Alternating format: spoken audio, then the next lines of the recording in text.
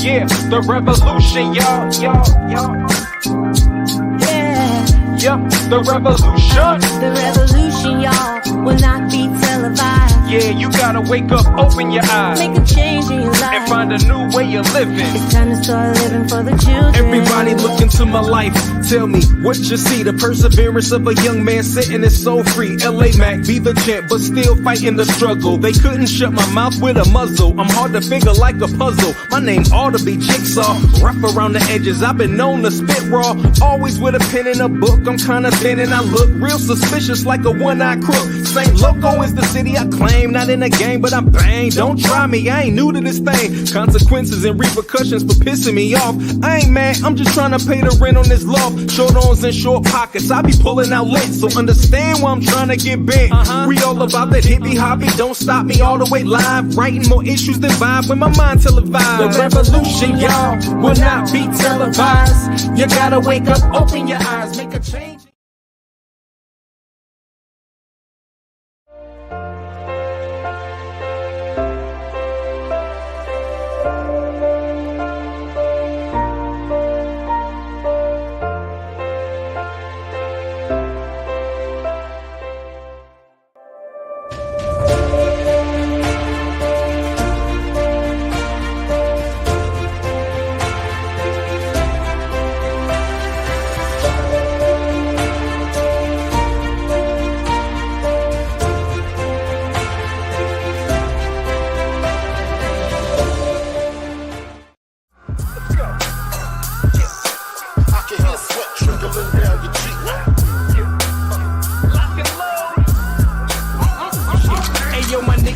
Jigsaw, cut you in half. I'm about to show the meaning of lyrical bloodbath. You should go take a bath, dog, dusty and dirty. When I'm 42 and rhyming, I'ma still be worthy. And I'ma be all-time top 3. The reason I can shoot, cause y'all don't matter to me.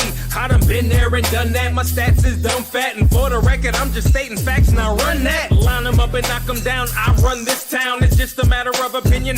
I come down. My mind is like the combine. I only get one time to prove that my 40-time rhymes are sublime. I inspire rappers, y'all call them a MC. The difference mine end in a lowercase e. I lit your pilot, you was waiting to blow. You ain't never been on fire, I'm just letting you know. Sicily Nitro. You do is featherweight. Monkey shots to make you never say no. Lock and load. I can hear sweat trickling down the cheek. You do is featherweight. Monkey shots to make you never say no. Lock and load. I guarantee you it'll be your very last time breathing. Double-edged sword, I'll bang your backboard. Dressed in all white, the home team, they clap for you. We just wanna have a good time. Hey yo, Wanna have a good time. Nitro. We just wanna have a good time. Oh yeah, no time for the drama. Come on. Hey, hey, we just wanna have a good time. Good time. We just wanna have a good time. Good time. We just wanna have a good time. Good time. No time for the drama. Everybody in the place, they was throwing their hands up. Everybody in the place, they was throwing their hands. Everybody in the place, they was throwing their hands up. Everybody in the place, they was throwing their hands. I just wanna have a good time. They calling me JJ, cause I got the mic posted up with the DJ. Please no requests, I'm repeating what he say. We got it under control, it's cool like Cool J. Now when the needle drop and the record spin, give me a scratch to let me know where the song begin. His shoulder hold the headphone with one ear so he can hear the monitor and mix the record real clear. It's okay, I said it's okay, cause I'm with the DJ. I'm with the DJ. It's okay, I said it's okay, cause I'm with the DJ. I'm with the DJ. Everybody in the place, they was throwing their hands up. Everybody in the place, they was throwing their hands. Everybody in the place, they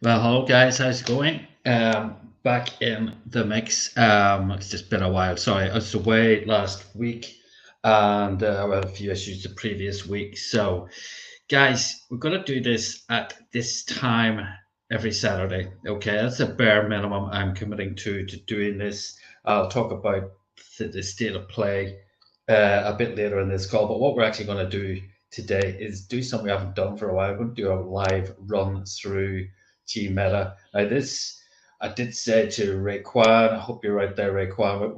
We will do something next week. A couple of guests on. We'll schedule it a bit better, but it will be at this time. We're going to mix it up and start doing a regular promotion here. I say I will talk to you about a few things that have gone on and just explain. But we're still here, guys. You know, we're not going away. Gmeta is not going away either. So with that in mind, I'm going to just do this presentation first of all. Let me just pull up my slides. I will run through the presentation very quickly. I'm going to do some news, and then I'm going to do a little. I'm just going to chat to you a bit for a few minutes as well. So here we go. Anyway, let's just pull up my. Just get my ugly mug out of it. So I'm filling. We're going to fill the whole screen with this.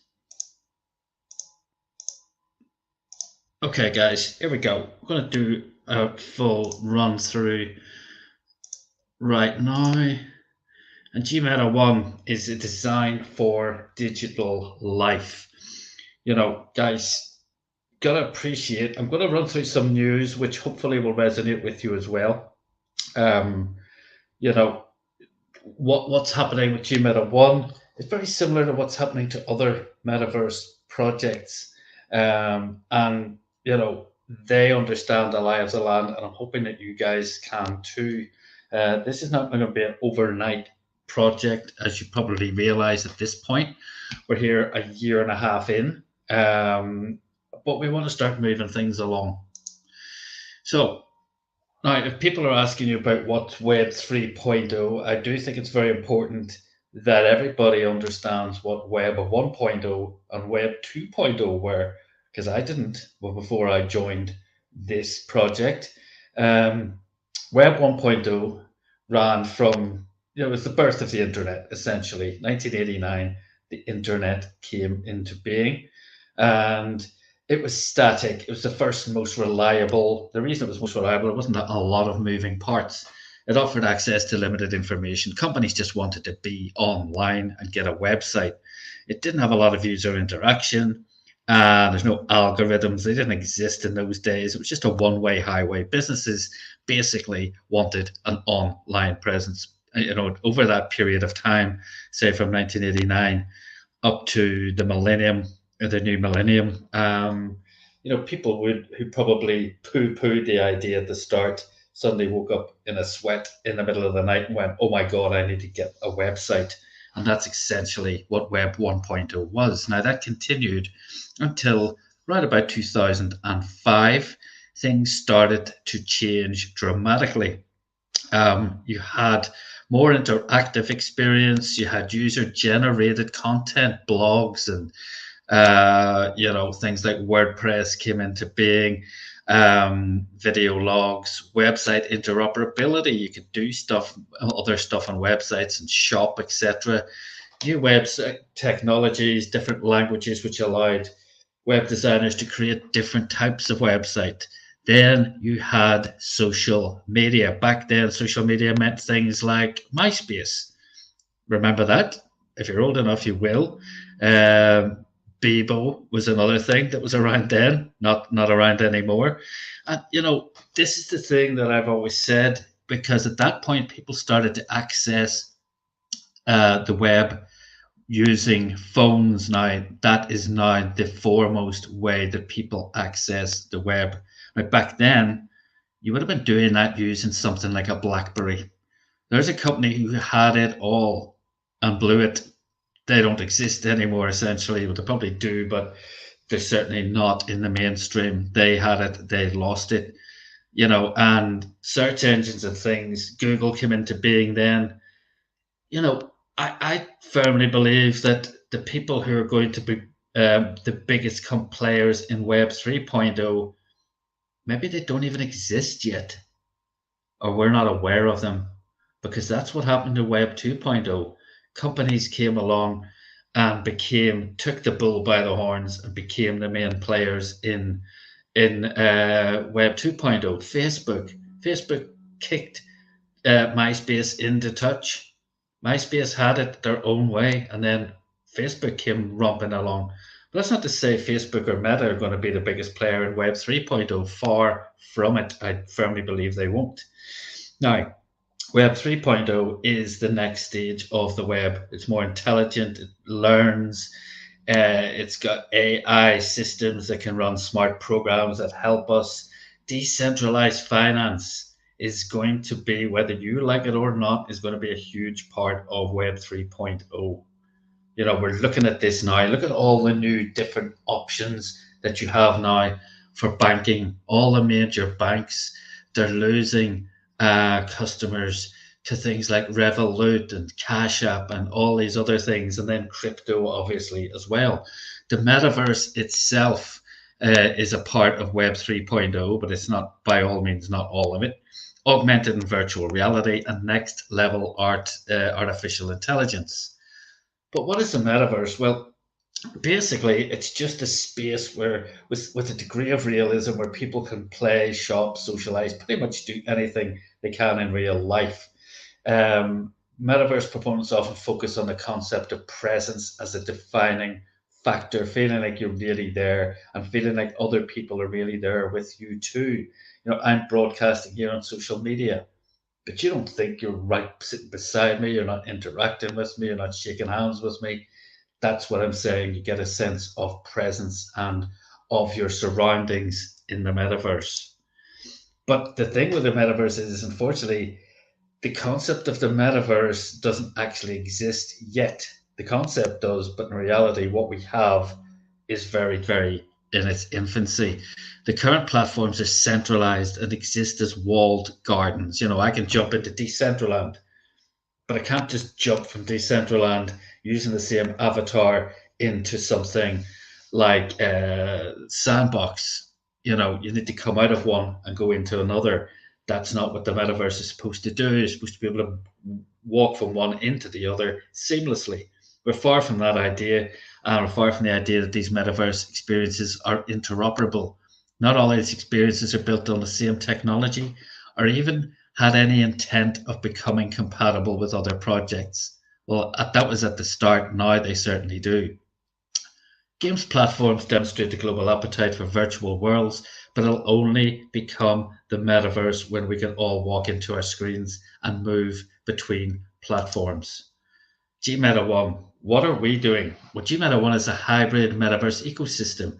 We've got interconnecting metaverse business development, networking, real estate, and education objectives. We're also primarily a bridge. We're bridging our world with other hybrid metaverses, representing expanding network of three-dimensional Web3 worlds.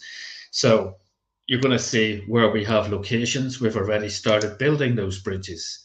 Significant part is founded on education. You know, the previous 3 to 4 Super Saturdays, Sylvie's been doing some amazing presentations to help you guys. You know, we're going to talk to you later about the state of play and perceptions people maybe have of our team and misconceptions. Okay, well, let's talk about that in a while. Now, we're also founded upon a metaverse environment designed with the technological capacity to allow individuals to build, buy, sell, and rent metaverse real estate. We're bridging together education and development whilst creating a fulfilling metaverse experience environment for developers, real estate brokers, NFT creators, virtual event hosts and planners, e-commerce merchants, and business-to-business offerings, plus newcomers to the metaverse. Now, these bridges, as I mentioned before, we've already established premises in other metaverse projects, and we're going to keep doing that as part of our ongoing mission. Some of our locations, well, we've got the GMET Arena in Vauxhalls. We've hosted many events there, as you can see, even an exclusive white label event for Wiz Khalifa. We've also got apartments for rent in GMET One Heights and business premises there too. It's become a business hub. It started out as being apartment block, but it's really now a hub where you can show off your business in the metaverse. We've got a 4-story headquarters in a very prominent site in Decentraland, and Somnium Space, we've got an arena as well. But 20 years ago, recently celebrated its 20th birthday. It's in the news, actually, one of the items I was going to do today. This Second Life was the pioneer for what we now know as the metaverse. And in Second Life, people can purchase avatars, wearables, property, vehicles using its own internal currency. It's like a game currency, Linden dollars. You can only use those for purchase on the platform. Linden dollars are not externally tradable, not cryptocurrency. Like, say, Robux, like V-Bucks in Fortnite. They're only usable in the game itself, not a cryptocurrency. Now, by 2013, halfway through their lifespan, they had 64 million registered users, but unfortunately, only 1 million of those were actually active in the game itself. But it does remain as a trailblazer for all current metaverse projects. And here are 3 established metaverse projects. You're going to hear something about Sandbox later. Decentraland, you've already heard about. Somnium Space. These are 3 of the biggest players. There's more. There's obviously a lot more. Every week there's a new metaverse project that comes up. But look at Sandbox. Let's look at their token prices. Let's look at their land prices and the effect things have had on them. Now, these are a bit old, this particular chart, but these figures really actually haven't changed a lot. I'll tell you why in a minute. Okay, Sandbox, November 2021. Land owners, back then 4,300. Average price at launch of a piece of land was $100. Average price of land at 2022, $15,000. What kind of return on investment was that? Their token, SAND, at launch, it went out at 8 cents. The all-time high for Sandbox token was $8.40. I kid you not. Ridiculous, absolutely incredible turnaround. Look at Decentraland, February 2020. The average price of land was $20. The average price of land 2022, $12,000. $12,000. Crazy if you had a piece of land that you bought at the start. These things take time. Their token, MANA, was launched at 2 cents back in 2017, I think it was 2017. Keep that in your head. 4 years later, it hit its all-time high of $5.85. 4 years it took to do that. Now look at Somnium Space. Opened their doors 2018. Average price of land was quite high. They didn't have any competition. Simple as that. $500. Average land price 2022, $10,000. Now look at this token, Cube. Price at launch, 2 cents. All-time high in November 2021, $28.12. $28.12. You would have had to wait 3 years for that. 3 years for that to happen. Keep that in your head. Why are we different? GMeta One seeks to be a bridge between our world and other metaverses. We have unique offerings with our NFT proposition, other utilities like GMeta V Academy, and the business and advertising marketplace. But the bridges we're building truly distinguish us from any other cryptocurrency project. Also, our tokens launched on Binance Smart Chain. It's faster, more flexible, and cheaper for our users. We will offer a bridging solution if people want to use Ethereum and Polygon after we launch the token. In pre-sale, we offer NFT giveaway incentives, VR headsets, and even luxury vehicle prizes. Our token, well, we're in the pre-sale currently. Now, it's the power to our ecosystem, everything from paying for education to buying land and all things G-Meta, anything. Now, currently, we're in the pre-sale of $5 million worth of tokens. We've got over 5,000 holders and 15,000 subscribers. In the pre-sale, 20% of the total supply of 1 trillion that will ever exist will be sold. Of this amount, half of it will go into locked liquidity. Half of it.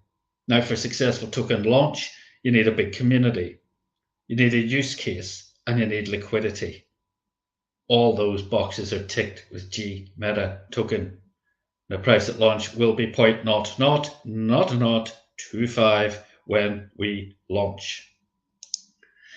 We've been in the press, spreading the word all over the world in different languages, different publications, different industries. People are aware of G-Meta 1. Now, who's involved? Why are so many big companies clamoring to get involved? Well, here are some of those. Have a look at this. Celebrities like Snoop Dogg, Paris Hilton, Lady Gaga, Madonna. It goes on. Sports people, LeBron James, Shaq O'Neal. You know, then you're looking at performers, Rihanna, Jay-Z, Travis Scott, Wiz Khalifa, we mentioned, fashion brands. Every single major fashion brand is in the metaverse. There's a massive event that's held every year in Decentraland. That is Metaverse Fashion Week. It takes place in March, I believe. Food and drink, all the big guys, McDonald's, Coke, Wendy's.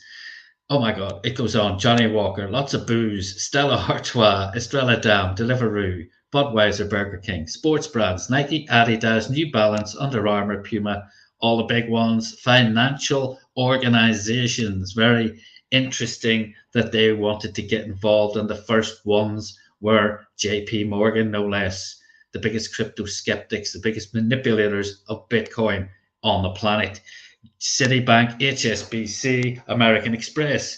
MasterCard got involved. Guess what happened? American Express followed suit. Then came Visa. Travel and tourism, Celebrity Cruises. Have a cruise liner you can go and visit and actually interact with the captain, the crew, see what size of cabin in reality. It's a perfect scale model of one of their ships. So from your perspective, you can go into the cabin and see what a cabin upgrade, why you'd want to upgrade, because you can see what you're getting extra, what it feels like to be in that cabin. Brilliant idea. All the major airlines, as you can see, Disney are going to build a theme park in the metaverse. Technology, all these big technology companies. Look at the one at the bottom. That is the biggest player in the metaverse, NVIDIA. NVIDIA are doing incredible things in the metaverse, but you won't see that advertised on TV. You may not be aware of that, but NVIDIA are one of the biggest companies in the metaverse. Retailers love the metaverse, and all of these people are doing this. Whether you believe in the metaverse or not, these guys don't actually give a damn. They're doing it whether you believe in it or not. What does that tell you? What does that tell you? Hopefully it tells you there's something going on. Why are they getting involved? Well, look at this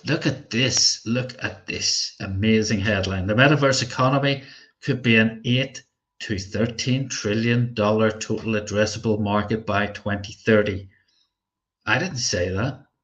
Citibank said that. The benefits of having a metaverse presence are numerous. Permits businesses to reach a global audience without geographical limitations, allows businesses to interact with their customers in a more personal way, a more social, engaging experience for customers, which can lead to more sales and long-term loyalty. Your virtual premises in our metaverse and everything in it will also be NFTs you can stake to earn a passive income. You can't do that with a real property. Businesses can also use virtual worlds to train employees. This is happening right now, replicating real-world experiences to let their team practice in advance safely. Businesses can test out new products and services without having to invest in physical infrastructure or risk publicity. The benefits are incredible. Now, this is what we do. We're not just launching a token. We're not just launching a metaverse. We can help you with metaverse land purchases, building services, commercial private rentals, sales and rentals of billboards, venue rentals, metaverse event management, NFT creation, wearable NFT design, education, and training across all these aspects. Much more to come. So imagine a market that's free from the traditional barriers to entry, a platform where you can promote your brand globally, a currency with huge liquidity and infinite usage, and a world where anyone can participate and stake their claim.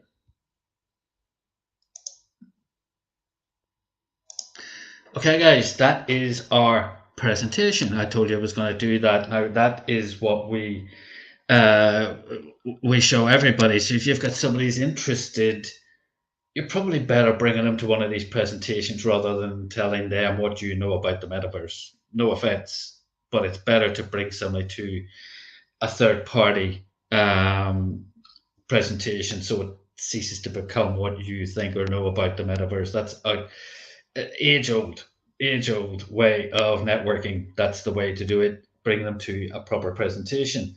Okay, guys, I did say I was going to do some news, and then I'm going to finish up with a few. I'm just going to skip through the news. I'm going to read a lot of this. Let me just share screen again. This is good. I love this.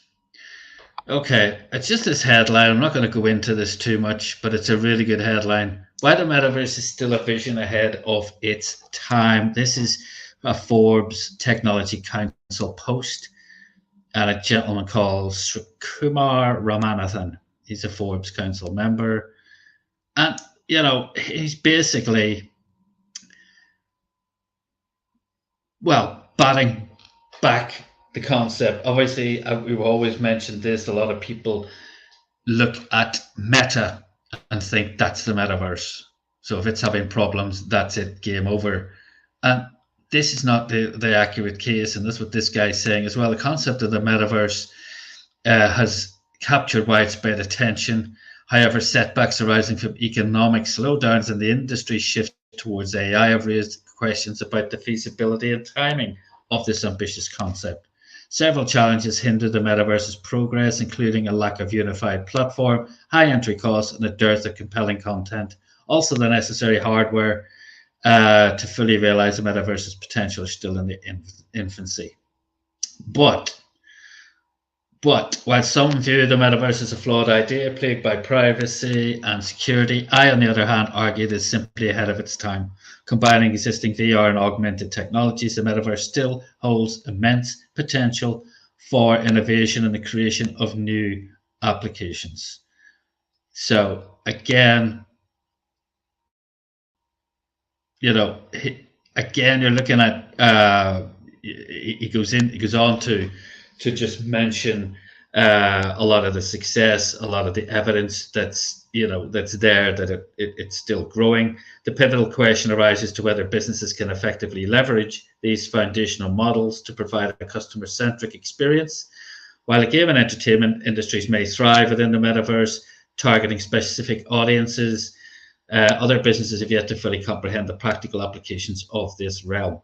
That raises the question of whether the initial hype and promises surrounding the metaverse were indeed ahead of their time. The true metaverse, as envisaged, would be a device-independent digital landscape not owned by a single vendor. Such a metaverse requires its own virtual economy, facilitated by digital currencies. So that's it. I'm going to put that in. Let me just put that in the feed, in the comments, if anybody wants to fully read that. That's why we do these things, guys. Okay, so let's look at something else.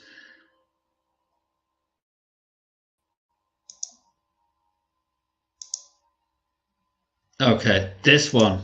Again, it's what industry basically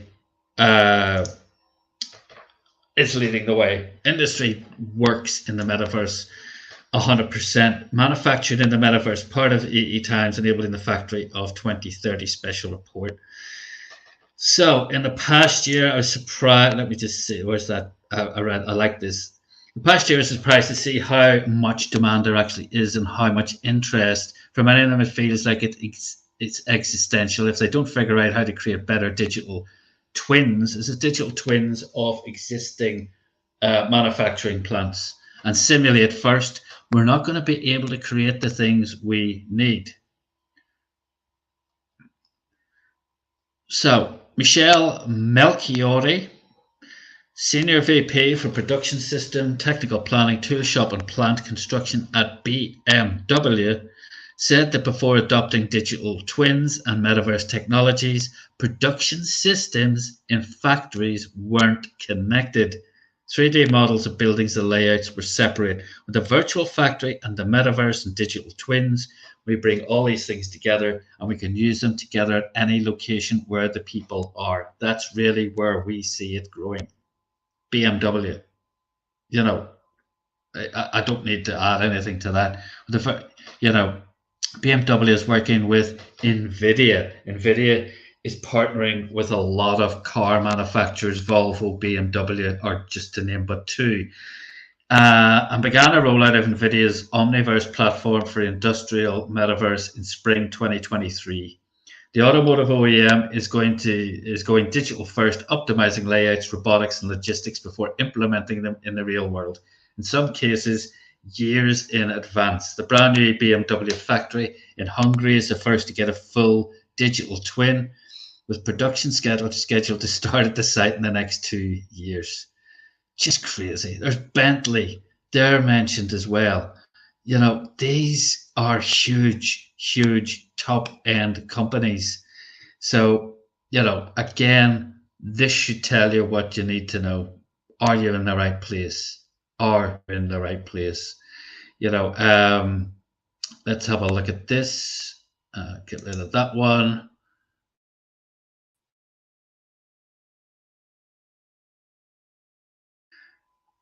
Just see if I'm sharing my screen still. Nope.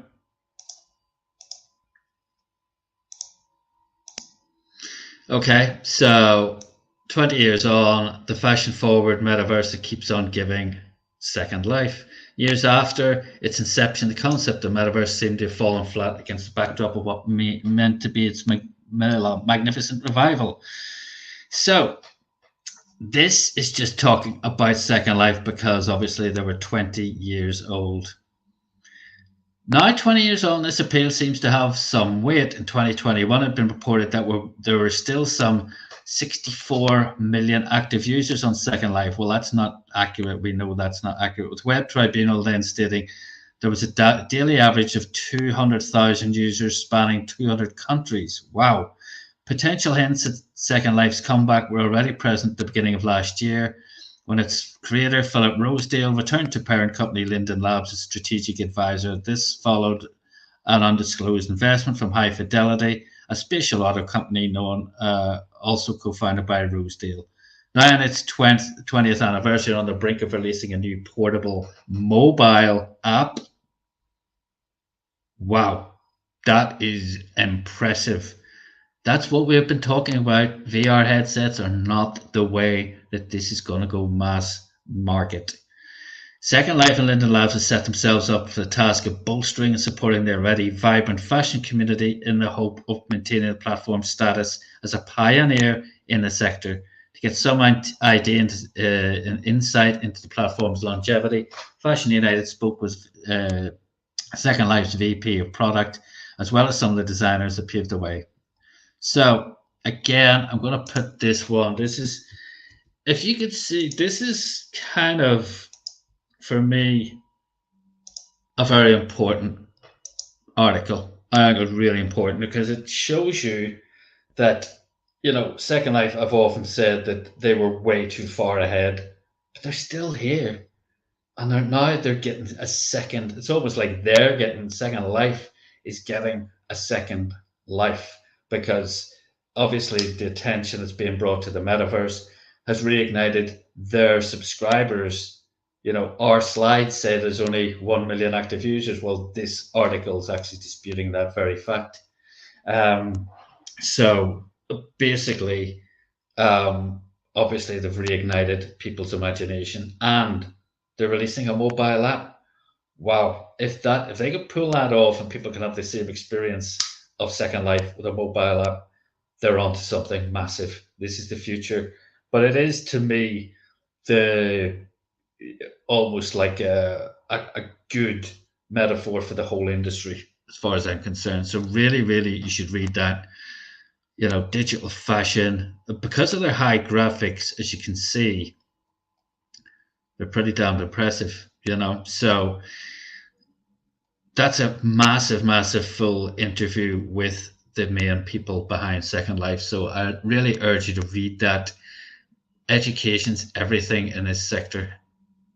Here's another one. Might not resonate, but the British Museum are pretty big players. But, you know, obviously, you know, they're partnering with the Sandbox to bring art and history to the metaverse. This is what industry is, one of the things, manufacturing, obviously, that we've just mentioned. But arts are massive. Art and museums and travel, all of these, and education are the 4 or 5 different industries that are going to drive this whole concept. It'll happen. Can't just say when, but it will happen. But the British Museum, you know, obviously, if you want to go to the British Museum, you're going to have to get on a plane and go to the UK. You know, I've actually not been to the British Museum. Been to a lot of museums in London, but not the British Museum. And they've partnered with the Sandbox, and they're going to, I presume they're going to build a version of it, a digital twin. Yep. Passbank Pompidou Centre, they're going to do the same in France. So yeah, they're going to build a digital twin in the Sandbox. So basically, you'll be able to go and view exactly what you could do in London without getting on a plane. This is perfect. And again, for education purposes, if people are studying art, they can go to see all the beautiful art in the British Museum, or study the history of various aspects of British history at that point as well. So again, a lot of things that kind of point in the right direction, that we're in the right place at the right time. Now, there's a thing that comes along with that. It's difficult being a pioneer, guys. I'm going to tell you about, you know, a few things that have hindered us. You know, we've got me. There's a lot of misconceptions that people have about myself, Miguel, Sylvie, Holden, Richmond, etc., etc., etc. And some of our team aren't here anymore. You don't have to be a genius to work that out, but the basic people, myself and Richmond and Miguel and Sylvie, we're still, you know, we're still very much on board. But here's a misconception some of you might have. Some of you probably think we get paid for this. We do not get paid. I have never made a penny out of GMeta 1. I didn't get a bunch of free tokens or anything like that. Any tokens I have, I bought them. And I also earned them from sharing them, just like you do. I don't get paid for doing all these videos. I don't get paid for doing this presentation. I don't get paid for promoting GMeta 1. I earn free GMeta tokens, just like you. There's no difference. So there's always a perception that obviously the guy at the front of the room is earning all the money. I can guarantee we're not. Now, as such, I have a print and design business. I need to earn money, so I do that mostly. And when I get a chance, I will promote GMeta 1, or I'll help you guys to promote GMeta 1. I can help you to help yourselves, but you need to jump on board. You need to keep attending these, bring people to them. We can help. I'm not a big recruiter. I'm not a network marketing recruiter. That's why we've got you guys who are very good at doing stuff like that. We give you the tools, and the tools, one of the tools is this doing this, building all those premises in the metaverse, all the tools that we've given you. But I want to keep doing this show at 5 o'clock on a Saturday, UK time, 12 noon EST. This is a tool to do the job. Now, Miguel, Sylvie, they've got staffing issues in their businesses, which requires, it's a bit of a double-edged sword. Miguel's got a business, internet cafe, and he can't get staff for it no matter how much he offers people. He can't get reliable staff. So he's having to work there 7 days a week. Richmond's taken on a job. He's now working as well. So all of us have jobs. We're all struggling the same as you guys. We have to do stuff to get by. So whatever time we have, we will do stuff for GMeta One. We do have other projects that we deliver for other people, but GMeta One is our only baby. So keep your eyes out, because we do other projects and some of them are very, very good, but they're for other people. We're not competing with GMeta One on anything, on any level. But we have a good team of people who can deliver projects for other people, and that's what we were always doing long before we were doing GMeta One, delivering different tokens. We've got one we delivered a few weeks ago, which has gone crazy.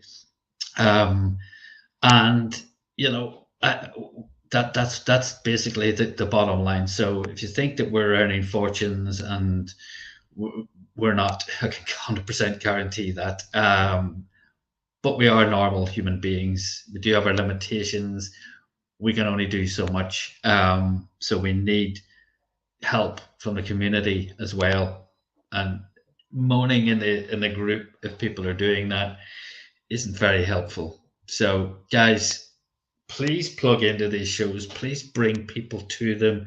Please continue to educate yourself about the metaverse, because if you look at the news items today, for example, Forbes magazine, you've got a guy there saying it's just ahead of its time.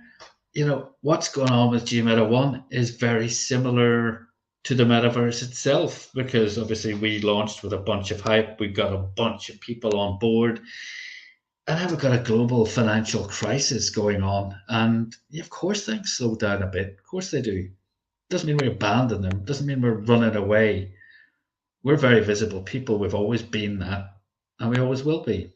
So guys, thanks for the support. Keep moving forwards in whatever size of steps you want to take with GMeta One. That's up to you, but please take some kind of steps. Keep moving forward. Keep sharing this amazing opportunity we have in the metaverse, because one day it's going to go crazy. One day. Can't tell you exact date, but it will. And it's born out by that. Decentraland, 4 years for their token to hit that ridiculous all-time high. That's all I need to say. Okay, guys, thanks for joining me today. We'll see you next time on Super Saturday. We're going to mix it up. We're going to have some interviews with some people, some of our members. We'll see you then. Take care. Bye.